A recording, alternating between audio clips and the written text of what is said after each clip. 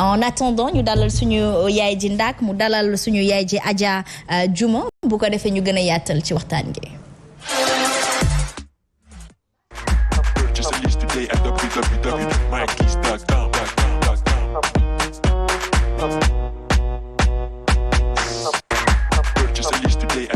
Bakary Banora coach Moussa dama lay confier Bakary pour nga travailler cardio day yee xel parce que instant néew fi. non dafa sonn rek. il est pas là mais cardio da koy travailler n'est-ce pas. d'accord j'ai bien raison ou pas. tu as parfaitement raison. voilà très bien Aïcha mi ngi noonu maman da ngeen di waxtaanee wàllum social moom madame Diouma Diouf Ndiaye moom nga ci àndal mu nekk présidente de COSAM.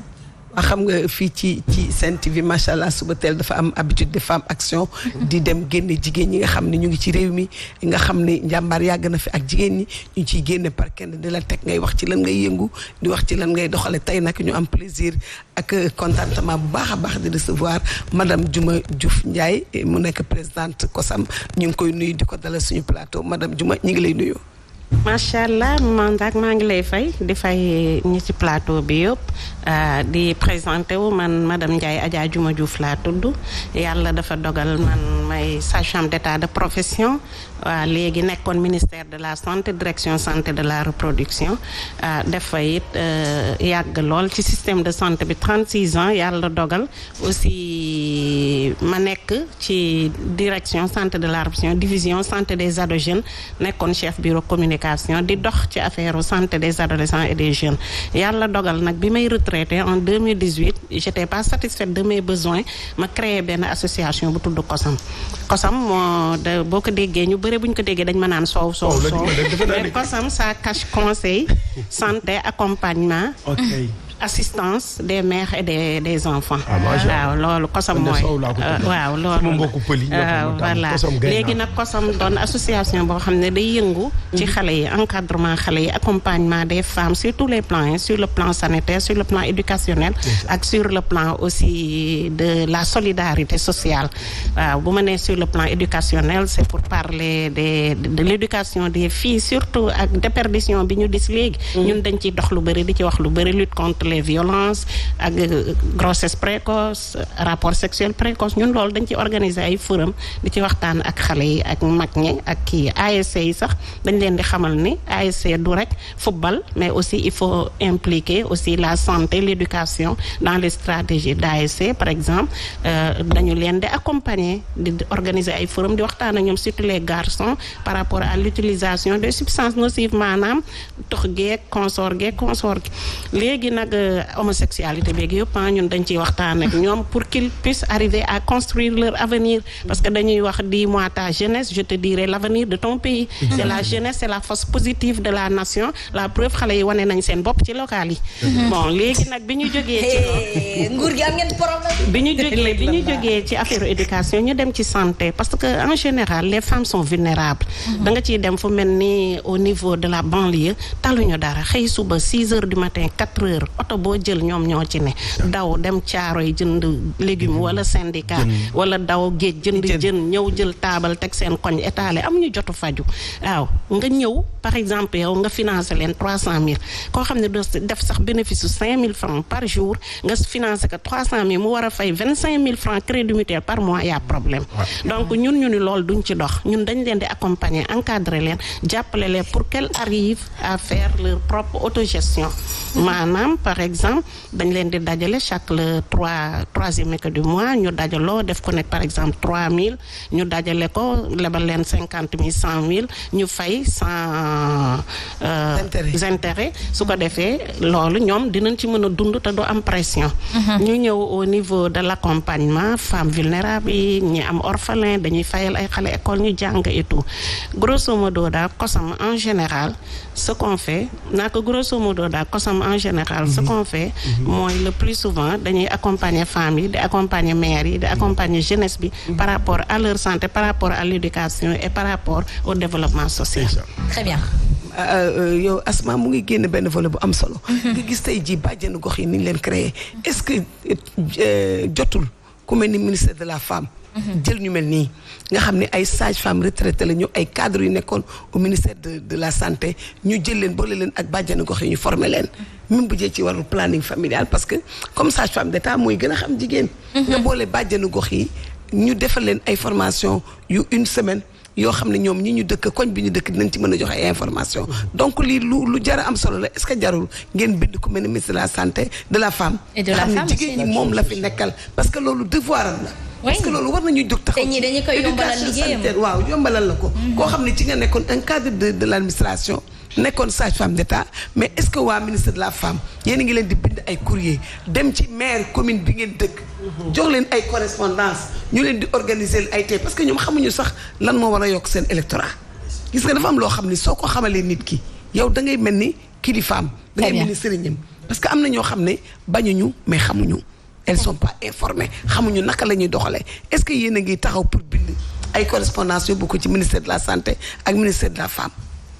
Maman Ndak, le Sénégal ne travaille pas. Ah bon? dëgg la. Pourquoi ma ne le Sénégal ne travaille pas li ngay wax noonu. programme Badiane Gox sama loxo la jaar. est-ce que. En 2008 ñun ñoo créé le programme Badiane Gox au niveau de la division de la santé de la reproduction PMI Médina. On a travaillé sur ça les documents stratégiques qui sont au niveau du ministère de la santé amul benn document bu ministère de la santé di dawal te nekkuma au cœur de la conception de la finalisation et de la diffusion ñaata dëkk laa dem formé ay bàjjanu gox. Eva Marie Coll Seck de son temps bàjjan yi la ma tuddee. Moi je connais bien le programme Badiane Gox j'ai beaucoup déroulé le programme Badiane Gox j'ai pas fini parce que forum yi may def au niveau communautaire ak bàjjan yi laa koy defee. Justement ne nga sénégalais yi Sénégal ñun liggéeyuñu nguur gi jamono ji ñoo liggéeyul wala sénégalais yi ci seen bopp ñoo nangul liggéey. Non quand je dis le Sénégal ne travaille pas moom daf ma waxu ministère de la femme. Mais ministère de la femme xam nañ ma xam naa leen. J'étais le point focal adolescent au niveau du ministère de la santé lu ñu mës a organiser man dama fa daan dem j'ai beau chercher à rencontrer Ndeye Sali bi ma faloo première forum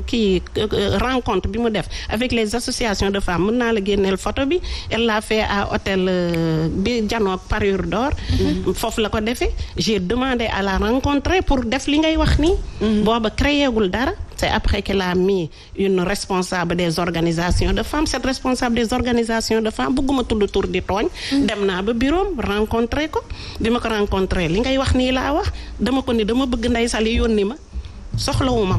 soxlawuma ko mais dama bëgg mu yónni ma ci population bi ñu jàppale ko ñu liggéeyal ko parce que moi je me dis que les femmes c'est pas seulement di wër di séddale ay financement 100 millions 10 millions au contraire da nga leen di gën a dugal je viens de le dire parce que tey boo joxe nit ki 300 000 mu war a fay 25 000 par mois crédit mutuel du ko fay ba pare état bi dina perte état bi dina perte parce que en général mënuñu leen suivre parce que c'est des financements comme ça. Justement c'est à point de vue même économique et de développement. Binta Ba dañu la ciy interpeller bu baax a baax tey jii nii dañuy naan suñu ndaw ñi dañoo manqué xëy. Je pense que c'est une opportunité de création d'emploi. Je pense qu'aujourd'hui aussi maman est-ce que aussi du égo avant Binta Ba di ñëw sur le plan économique jeexital yu baax yi mu mën a am ci askan gi ñëpp mën a suqali ko ndax xam nañ ni fii suñu papi bu ñu joxee junni suñu yaay ji teg nañ ci 3000 francs muy 8000 ngir mu mat dépense gi noonu la fa demee te c'est depuis la nuit des temps. Maman est-ce que c'est pas une histoire d'égo entre nous-mêmes est-ce que du rëy kii am na projet bi damay bañ suba mu ne sama projet bi moo fal diw. waaw mais xam nga yow benn loxo du tàccu. dëgg la moom. te bu ñu wax ñaar loo koy takk tubéy dañu wax ne ñaar loo koy takk sër. sama maam kodd nga wax ne da ngay lal sëru jigéen tekk ci fi ko doyu góor takk ko yenu ko. kon njàmbaar du wàlli ko ci wàllu gaynde am na loo xam ne yow kese. mën loo ko réussir. da ngay wut ay démembrement yoo xamante ne ñooñu suñu réussir mais c'est toi parce que yow yaa ko créé. yow yaa am générosité bokk yaatal sénégalais du ñu yaatal. Très bien. Binta Ba économiquement. mi ngi noonu Asma je pense que localité bu suqalikoo xale yi suqaliko comme ni ñu koy waxee rek ku nekk di nga am pouvoir d'achat loolu moom bëri na fi luñ koy wax mais itam comme li mu évoqué c'est vrai parce que sur rubrique entrepreneuriat da ngay gis day ñëw di ñëwaat xale yi boo leen financé nga jox leen xaalis bu bëri Asma sama genre gi boo leen joxe xaalis bu takku te xëy na laaluñu ko xamuñu ko naka lañ koy gérer dañ koy dugal ci loo xamante ne bu subaa fay ba day nekk problème ci ñoom te si foofu lay waxee mënuñu fay souvent ñu am ay problème problème te xëy na état bi tamit du leen mën a dàq ji naan leen kaay leen fay te ñoom aussi yoruñu donc war nañu xoolaat nuñ leen di seen ay projet gunge leen ci gestion ba nga xamante ne xaalis bi dina war a dem fa mu dem waaye boo lebalee coach Moussa mu dem jëndee ko ay sañse jëndee ko leneen fay ba day metti ci moom te tax sax da nga koy indil yeneen jafe-jafe nañ leen accompagner ba ñu xam xaalis bi carrément bu ñu ko jotee fan lañ ko war a dugal. Très bien en tout cas pour revenir à la question oui coach Moussa. dans l'instant comme mooy li Binta Ba di wax li mu doon wax sànq boo xoolee les 9 domaines de compétences yi communauté yi yore. communes yi. 3 axes yi si gën a ëpp doole c'est la santé.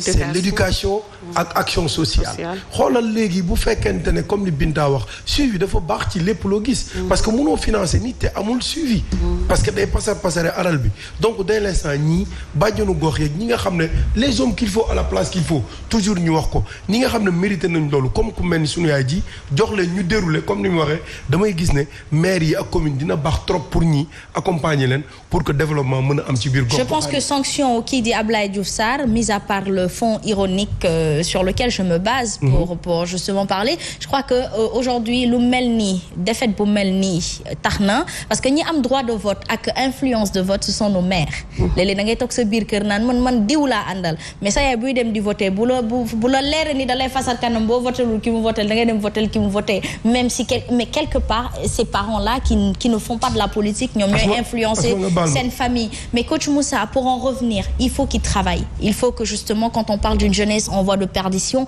il faut qu'on occupe cette jeunesse-là une jeunesse est à orienter et pour l'orienter il faut la faire travailler donc justement oui à toi. non juste pour wax la li ngay wax noonu xam nga vote yow kese la si mbañ gàcce bi mais boo demee ba say parents doon la influencer bu la neexee boo duggee nga def leneen mais xam nga lan mën ko mayoon maman ndax ñëw na si la dernière fois éducation divine boobu ñu amoon da ngay làqu sax defe ne say waajur ñu ngi jàkkaarloo yow te gisuñ la dañuy def ci yow jom voilà pour yow lépp looy def day méngoo ak li ñu leen di wax. Très bien parce que nit il faut que mu dundee noonu. Très bien en tout cas maman. say wax méngoo ak say jëf. encore une fois moom nee na ba tey jéem na ñoom tontuwuñu ko. jamono ji léegi fan nga ci toll. Je suis même entrée dans la politique moi j'ai fait la politique. J'étais dans le Benno Bokk Yaakaar au niveau stratégique dans le bureau national des femmes Benno commission santé j'étais le rapporteur général mais li ma wax nii moo tax nga gedd bàyyi ça n'évolue pas ça n'avance pas j'ai pas envie de j'ai perdu mon temps j'ai perdu mon argent j'ai vu que ça ne va rien donner je suis sortie j'ai créé une association. En tout cas, voilà, l'association, on vous souhaite qu'elle se porte bien. Si tout le monde faisait comme Maman Dak, tout le monde aura de la grandeur et de la pertinence. Man damay demander audience solennellement fii ministre de la femme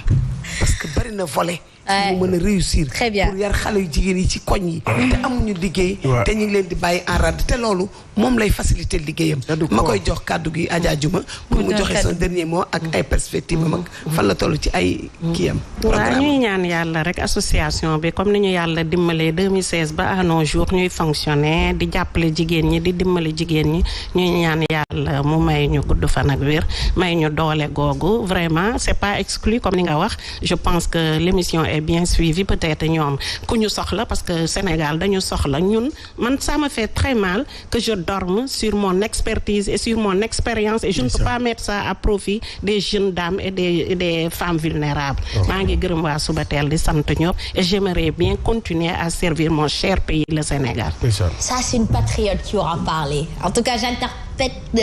j'interpelle moi le père des patriotes du Sénégal. Vous savez c'est qui? Dame daf leen war a recevoir. Non le père des patriotes daf leen war a recevoir. nga ne kan la. toog ak ñoom. seet nu ñuy defaree. def ay yëf liggéey Sénégal am na ay bunt. Aïcha, en tout cas, maman, merci beaucoup. Alors, qui dit Jacques Yacoub Negri a répondu, il dit, et pour finir, vous verrez que dans le fond de cette analyse électorale, le gouvernement a plus de communes gagnées que l'opposition. Si c'était une élection présidentielle, Macky est élu car sur tout le territoire sénégalais, au fond du pays, surtout le régime a gagné un peu partout et c'est très